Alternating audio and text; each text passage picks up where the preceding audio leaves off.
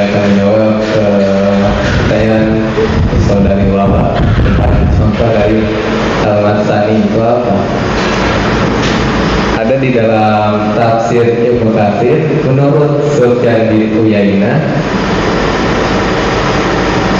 disebutkan contoh dari al-Masani ada di dalam Al-Quran surat Al-Infitar ayat 13 sampai 14.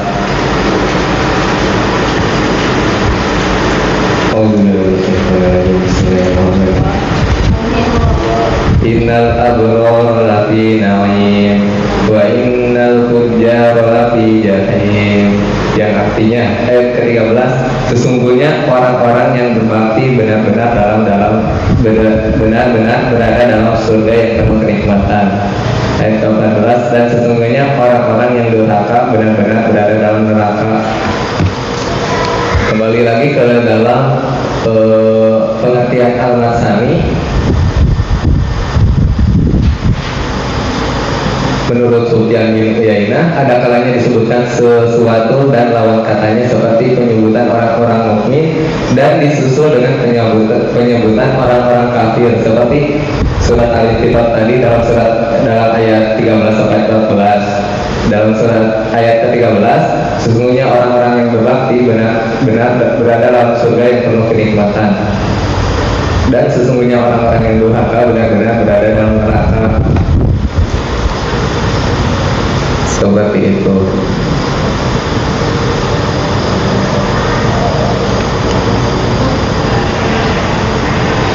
Itu. Ini contohnya apa? Contoh ayatnya. Contoh ayatnya. Fabi ayat lain lebih kuat tadi kan diulang-ulang berkali-kali. Oh iya,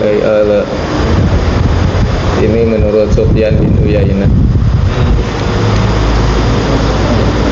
Tapi nggak bisa hidup terus.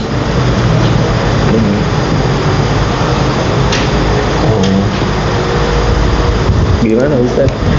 Apanya? Ini yang Mas Ani berulang-ulang itu apanya? Kalau ayatnya Fabi ayat lain lebih kuat tadi itu berulang. Yang berulang-ulang. Yang berulang-ulang Mas Ani ini berulang-ulang apanya? Sani Ayatnya. tambah sebagian ayatnya ini. Ayat kan ayatnya Apanya? konteksnya mengandung dua makna. Intinya matan itu konteks-konteks yang mengandung dua makna.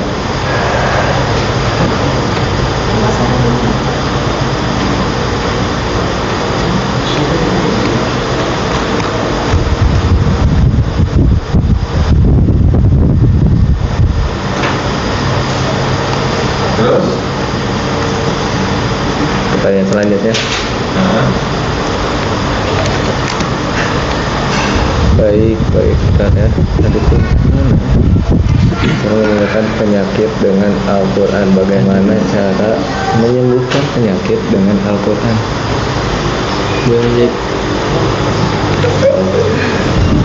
Rukyah. Bagaimana cara Oke, saya akan menjawab pertanyaan hari. Terus Bagaimana cara menyembuhkan penyakit dengan Al-Quran? contohnya stroke. Ini penyakit dalam konteks. Iya, apakah pertanyaan Misal penyakit fisik, misal aidil batuk, apakah dengan membaca Al-Quran bisa sembuh? Ya, saya pernah mendengar ini ya. Menurut Ustaz ya.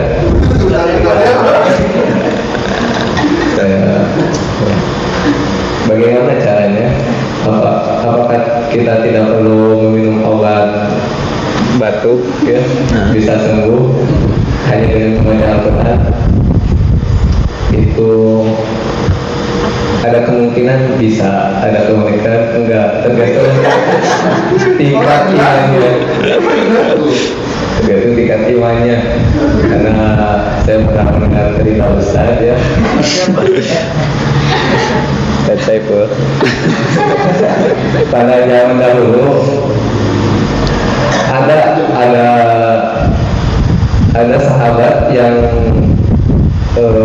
dia tuh sakit terus dia sembuh dengan membaca Al-Quran. Itu karena mungkin ya imannya sudah tingkat berbeda dengan kita. Iya.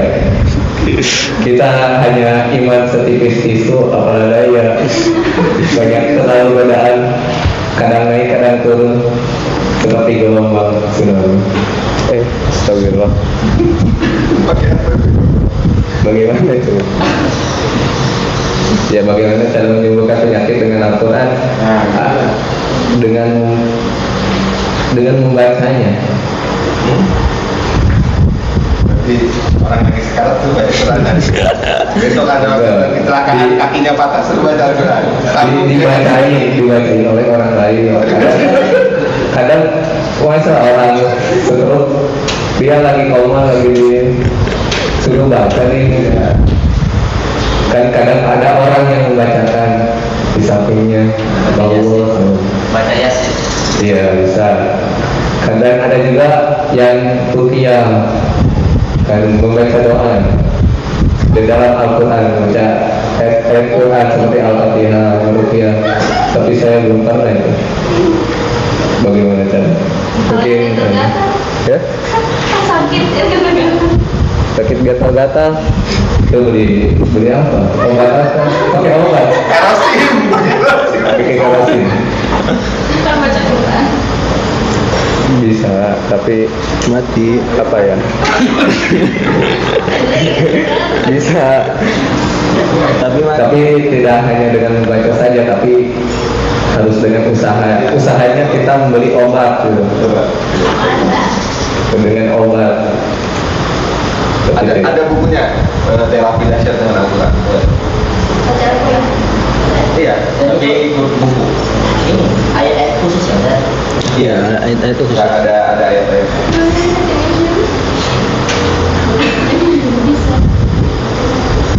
Tuh. Gitu. Gitu kok gitu. Ya. Begitu deh. Nanti belum puas itu mukanya.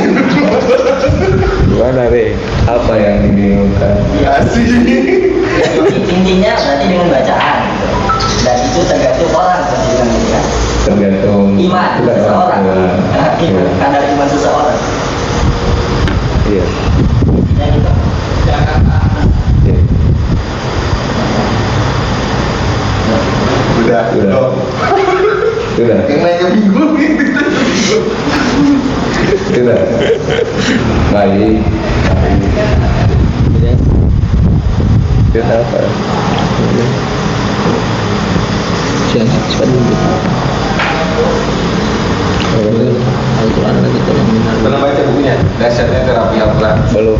Baru dengar. Baru. Itu belakang ada deh. Belakang ada. Belum lihat apa. Dia pemain Al-Quran itu dari siapa? Pertanyaan ini, Al-Quran adalah kitab yang benar. Nah, bagaimana dengan kitab yang lainnya gitu kan? Kitab apa nih? Kitab yang lainnya itu kitab apa? Medang. Gitu. Gitu. Tapi yang tiga itu Oh. Injil, Kitab yang Zabur, 3. Nah, sama-sama pedoman hidup. sama-sama pedoman hidup. Dalam Al-Quran surah Al-Imran ayat ketiga itu Allah berfirman, A'udzubillahi minasyaitonir rajim. Bismillahirrahmanirrahim.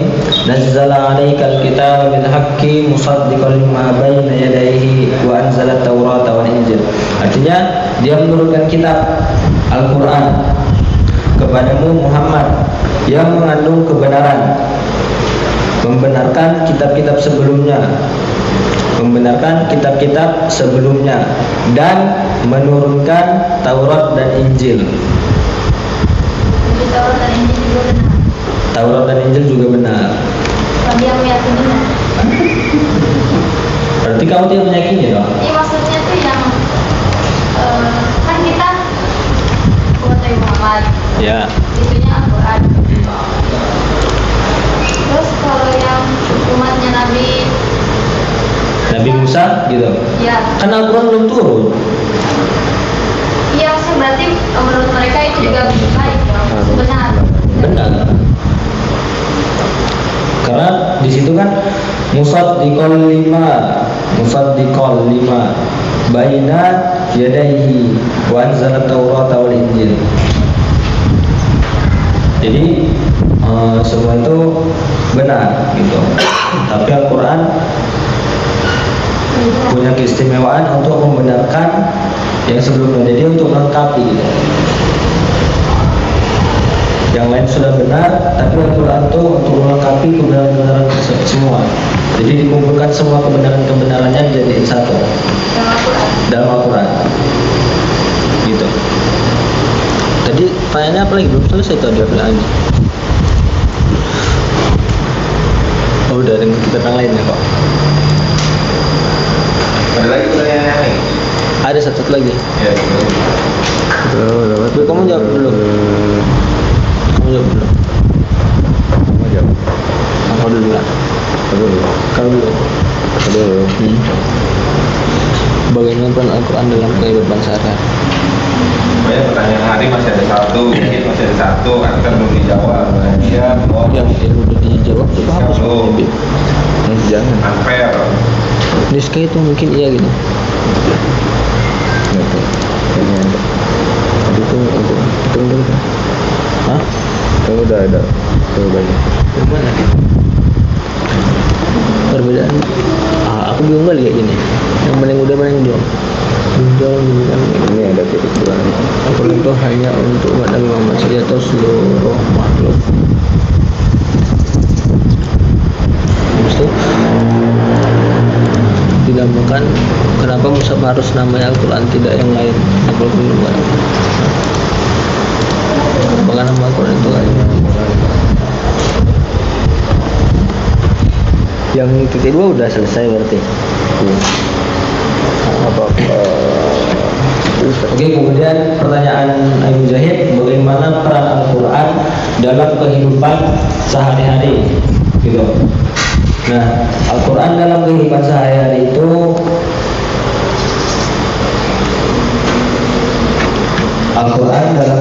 sehari-hari itu bisa sebagai petunjuk kita. Gitu. Misalnya dalam Al-Quran itu disebutkan untuk tidak sombong gitu. Untuk tidak sombong. Kenapa kita nggak boleh sombong kan gitu? Karena kesombongan itu bisa membuat kita dalam kecelakaan yang mana membuat diri kita itu apa namanya? Diri kita itu bisa dijauhi orang gitu. Jadi kita merasa tersendiri, membuat hidup kita itu kayak nggak ada artinya gitu. Contohnya misalnya Habib merasa ganteng gitu, nggak mau Saya- pernah jadi. Habib dia namanya Habib, jadi dikira dia Habib gitu. Nah, karena nama dia Habib, ada Husinnya lagi, tapi Ja'farnya belum ada. Karena nama dia Habib, nah jadi dia merasa sok benar gitu, merasa paling benar. Karena yang namanya Habib kan dibilang keturunan Rasul gitu kan. Bukan. Nah, orang-orang Indonesia lagi apalagi kalau udah dengar namanya itu Habib, nah dibilang itu keturunan Rasul, dicium-cium lah namanya. Jadi Habib yang sebelah saya ini Bukan Habib, palsu. merasa dia Palsu. aku kan Habib gitu. Enggak, bohong. Mana Itu ada? kan contoh. Contoh. Jadi dia nggak mau dari orang lain gitu, karena sehingga dia dijauhi oleh masyarakat dan tidak ada yang mau bergaul dengannya. Sehingga kalaupun kita minta tolong, nggak ada yang mau, kan kita yang susah sendiri. Contohnya seperti itu. Dalam Al-Quran disebutkan untuk tidak berlaku sombong. Atau lagi ada dalam Al-Quran itu untuk kita tidak berlaku boros. Dalam surah Al-Isra itu dijelaskan oleh Allah dalam ayat ke-27, innal mubazzirina kanu ikhwana syayatin wa kana syaitanu li rabbih kafura. Sungguhnya orang-orang yang pemboros itu adalah saudaranya setan, dan setan itu sangat ingkar kepada Tuhannya. Nah, jadi bisa saja kita tuh ingkar karena kita boros, gitu. Misalnya Habib Apa? misalnya Aidil dikasih duit untuk beli minyak misalnya. Nah, udah beli minyak nih, udah beli Lalu ini bensin. minyaknya maksudnya apa? Minyak solar apa minyak sayur? Beli bensin, Oh, bensin. Nah. saya beli bensin untuk motor gitu. Nah, udah diisi nih, udah diisi penuh, tapi nggak langsung pulang, jalan-jalan gitu. Tiba-tiba habis setengah jalan. Nah, kan kesusahan juga sendiri. Satu lagi itu juga bisa menjadi temannya setan gitu. Karena dibisik, ayo jalan-jalan dulu, gak usah pulang, kan bisa gitu.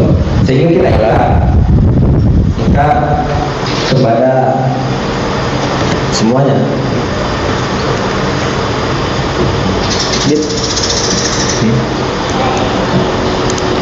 Jawab. Tadi udah, ada kita bergantung. Kayak saudara tiri. Oke, saya akan menjawab pertanyaan dari saudari Sofia. Kenapa mushaf harus namanya Al-Quran, tidak yang lain? Harus namanya Al-Quran, tidak yang lain. Ya mushaf Al-Quran maksudnya jangan. Mushaf itu kumpulan lembaran-lembaran. Buku tuh bisa disebut mushaf. Mushaf Al-Quran. Ya, mushaf Al-Quran. Atau gampangnya kenapa Al-Quran dinamakan Al-Quran? Kenapa Al-Quran dinamakan Al-Quran? Oh, ya. Kenapa Al-Quran dinamakan Al-Quran? Di dalam PDF. Tadi itu apa ya? Lupa. Astaga, Masya Allah. Karena Al-Quran adalah nama yang paling masyhur.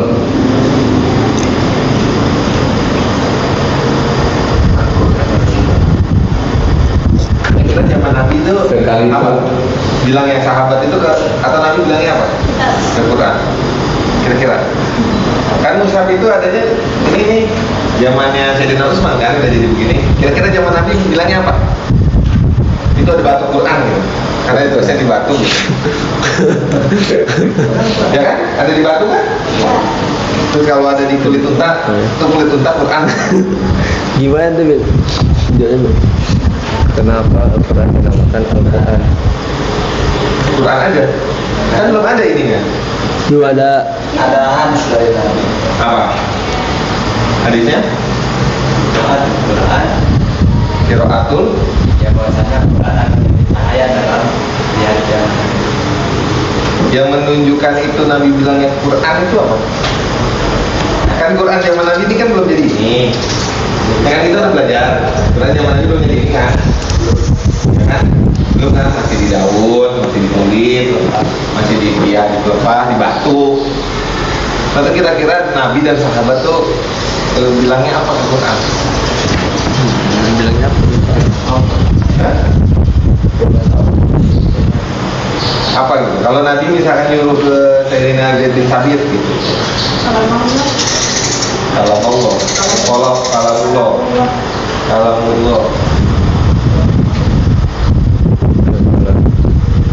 Karena kalamullah itu ada hadis qudsi yang itu juga kalamullah. Kalau Allah Ta'ala tapi dari bahasanya Nabi, hadis qudsi itu Nabi. Gak kepikiran? Enggak.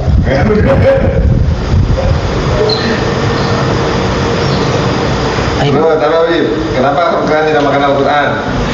Karena Quran adalah Al-Quran. Karena Pindah bahasa jadi koran bahasa Inggrisnya. Pindah bahasa lagi. Ayo. kenapa Al-Quran dinamakan Al-Quran? Tadi itu apa ya? Dalam surah Al-Baqarah ayat kedua itu disebutkan dzalikal kitabul la raiba fi hudal lil muttaqin. Nah, kitab Al-Quran ini tidak ada keraguan padanya, petunjuk bagi mereka yang bertakwa. Nah, jadi itu untuk mereka yang bertakwa, baik umat Nabi Muhammad maupun seluruh makhluk, kalau dia bertakwa, dia akan mengimani, dia akan percaya juga Al-Quran. Kayak Amerika itu kan karena dia takut akan sesuatu, tapi dia juga pakai hukum untuk negaranya itu pakai hukum Al-Quran yang ada dalam Al-Quran. Karena apa? Karena dia juga takut. Cuma di Indonesia dia nggak ada ditakuti. Kenapa penting pakai di Amerika? Hukum Al-Quran, hukum untuk negara yang dipakai itu seingat Aidil baca apa kemarin tuh?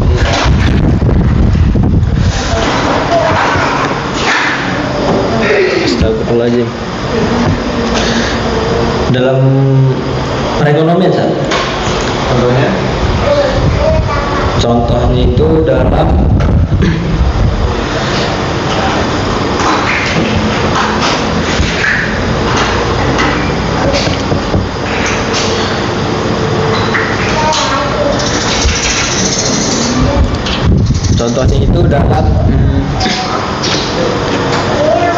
dalam perdagangan ya.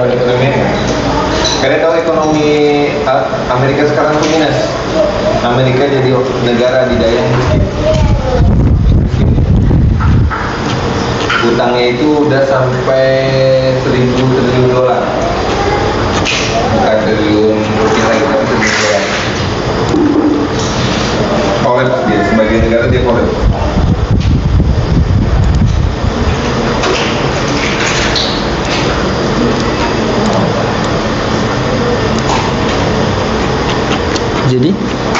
Jadi gimana Beb?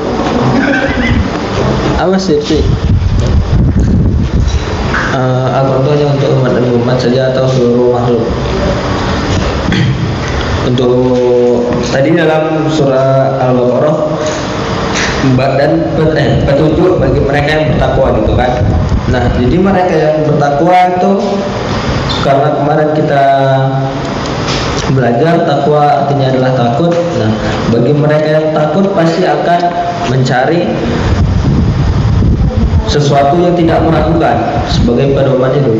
Nah, Al-Quran ini juga tidak ada keraguan yang menjadikan Al-Quran itu sebagai petunjuk untuk mereka yang bertakwa, yang takut untuk kalah atau takut untuk mati mungkin.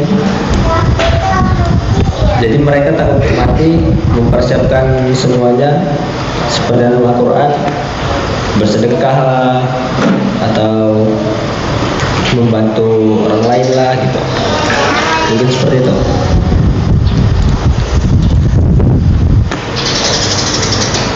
Tahu dia. Belum masuk. Belum masuk. Untuk semua agama. Untuk semua yang bertakwa.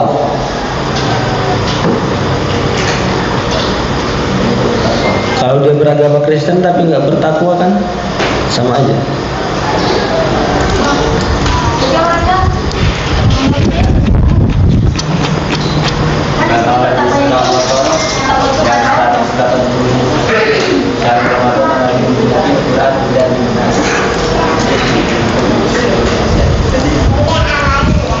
Nah itu diperjelas oleh Akhi Anper dalam surah Al-Baqarah ayat 185 katanya. Gimana bisa ditelan? Suka dibahas.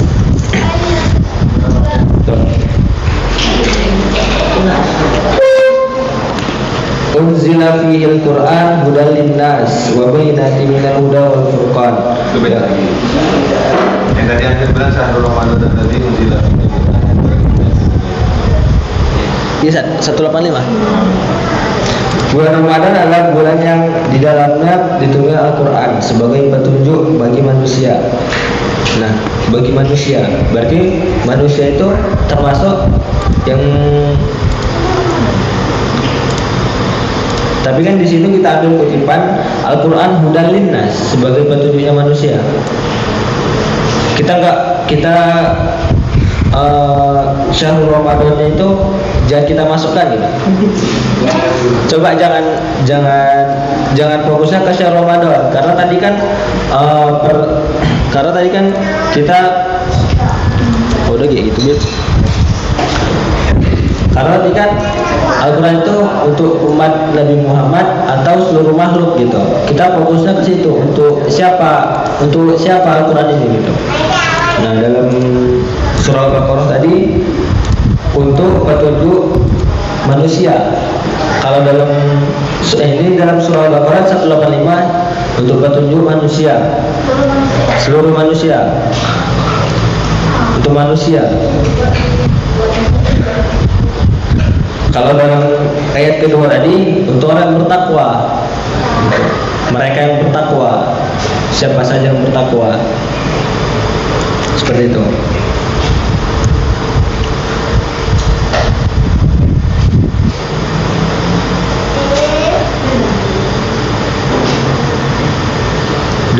Udah habis pertanyaan ke Ubit.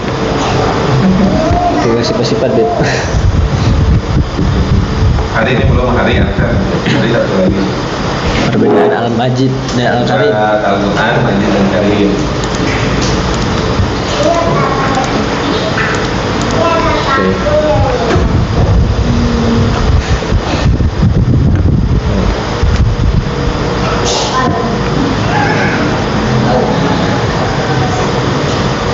Kenapa Al-Quran dinamakan Al-Quran? Karena Al-Quran itu adalah nama populer. Maupun mau kemanapun kalian nanya apa kitab itu, kitab Al-Quran. Kalau megangnya Al-Quran ya, kalau megangnya Injil berarti kitab Injil. Adapun itu sama ada aku. Ya. adapun namanya dicampur dengan nama sifat, contohnya seperti nama Al-Quran dengan Al-Ali, Al-Majid, Al-Aziz, dan Al-Arabi. Namun apapun nama yang dinisbahkan kepada Al-Quran, yang pasti adalah berasal dari kalam ilahi yang diturunkan kepada Nabi Muhammad SAW, dan membacanya adalah ibadah bagi umat Islam. Itu sampai maksudnya. Berarti kalau Contohnya seperti ini, Al-Quran terkenal dengan sebutan Al-Furqan. Kata ini berasal juga dari bahasa Aromia yang berarti memisahkan atau membedakan. kenapa itu? Itu kenapa nggak pakai nama lain? Karena nama populer, karena yang sudah populer di kalangannya, sudah terkenal dengan nama Al-Quran. Apa sih kitab umat Islam itu? Al-Quran. Kan sudah terkenal. Apa kitab umat Kristen? Injil. Karena sudah terkenal. Kalau udah Bapak. Itu.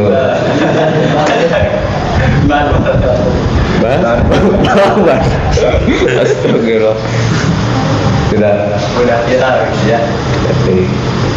Baik. Kalau yang wajib sebentar.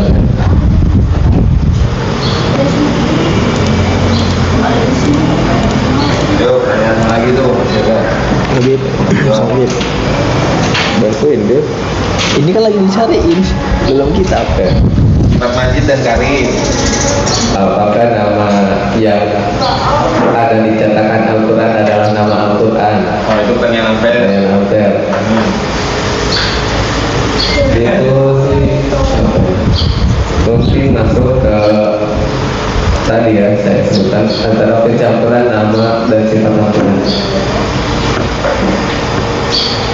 Seperti Al-Quran dengan penamaan Al-Quran dengan Al-Ali, Al-Majid, Al-Aziz. Namun apapun nama yang dinisbahkan kepada Al-Quran, yang pasti adalah berasal dari kalam ilahi yang diturunkan kepada Nabi Muhammad SAW, dan membacanya adalah ibadah bagi umat Islam.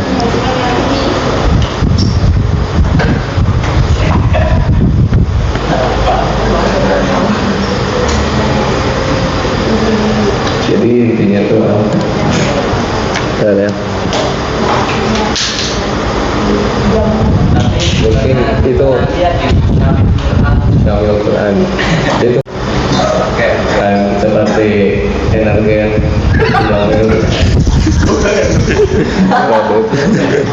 Jauh kali sana jauh. Oke. Gak apa-apa, energi namanya pelajar tuh beda.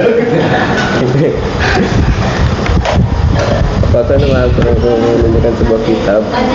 Apakah nama Al-Quran itu hanya menunjukkan Bentar ya, sebentar. Kata mungkin iya, kitab lain juga sebagai petunjuk.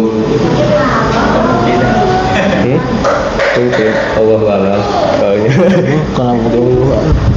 Hah? Iya, kitab yang lain sebagai petunjuk karena untuk menunjukkan bahwa Allah juga menurunkan kitab sebelumnya selain Al-Quran. Bukan. Karena kitab seperti Taurat, Injil dan Zabur itu apa namanya tuh? Untuk menunjukkan bagaimana cara beribadah atau menunjukkan ini cara kita mendekatkan diri kepada Allah, dan cara menunjukkan bagaimana kita bertauhid kepada Allah, seperti itu. Seperti itu.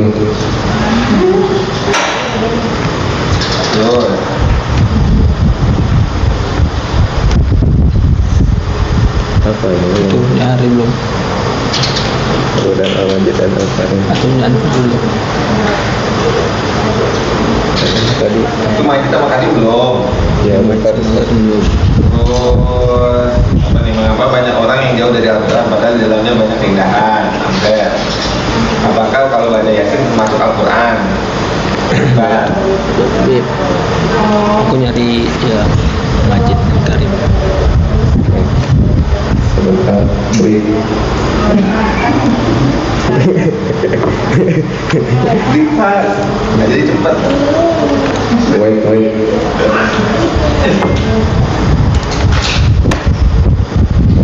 Mengapa apakah nama Al-Quran itu hanya menunjukkan?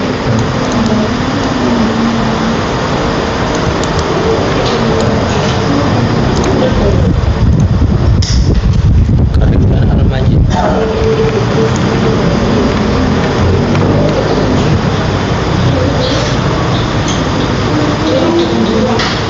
Kamu sedang baca ya? Sama-sama ya.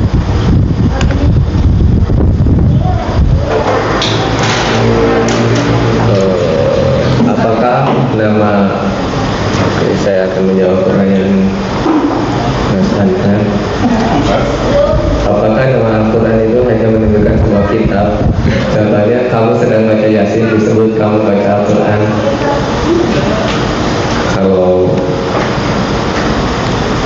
menurut contohnya ini konteksnya berarti orang kedua ini sudah tahu bahwa dia itu sedang baca Al-Quran.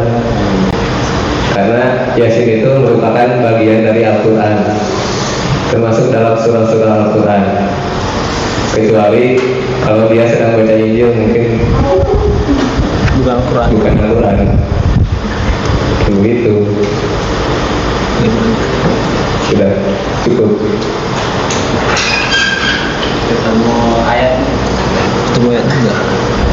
Ya ketemu lah ya, Yasin kan ada juga. Gimana?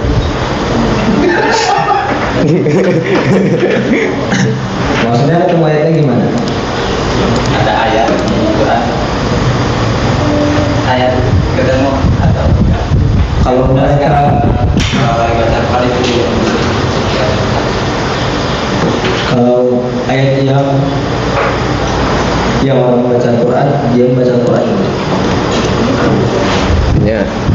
Artinya tuh ayatnya itu ada di dalam Al-Quran. Apa tadi katanya?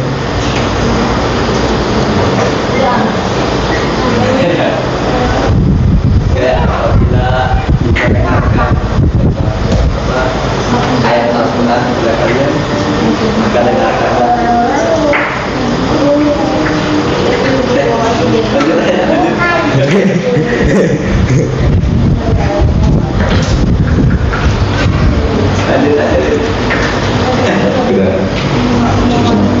Oke, pertanyaan hari yaitu perbedaan Al-Majid dan Al-Karim.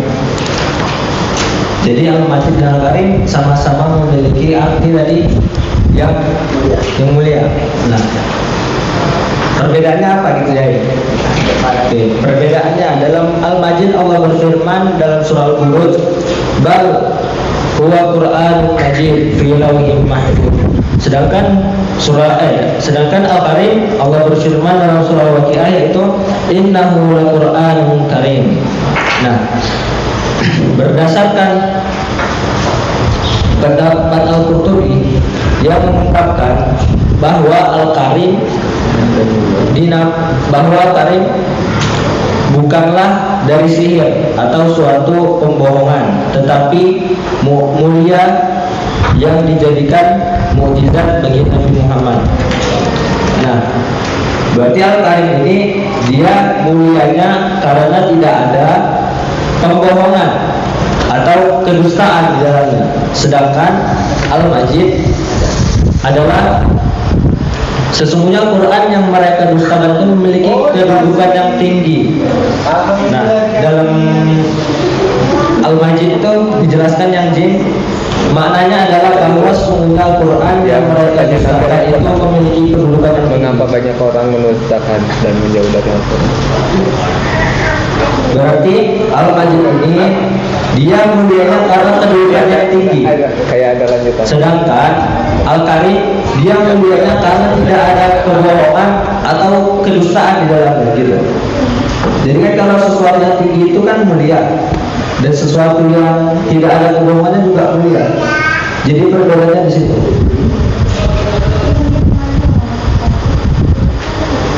Gimana? Sudah yang pertama sudah. Ada lagi? Lagi nih. Mengapa banyak orang mendustakan dan menjauh dari Al-Quran? Nah, Waduh. Pertanyaan yang menarik namanya. summun bukmun umyun fahum la yarji'un. Itu dia. Gas. Apa? Cuma mau ngomongin apa artinya?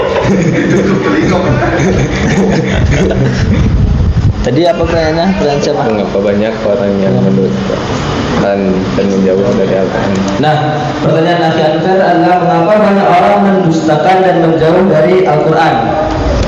Ya kan? Oke, kita jawab.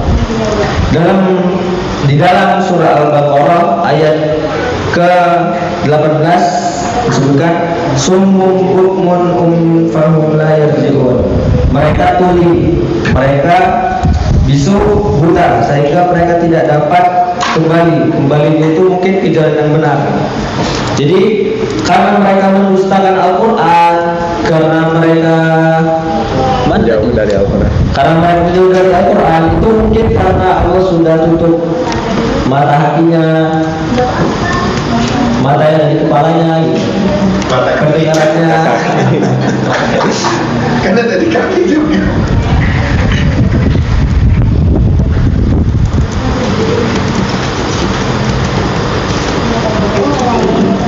Sehingga mereka nggak dapat lagi kembali.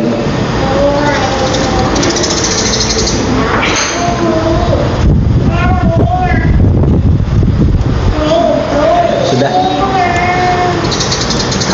Habis beli. Tuh, membantu itu.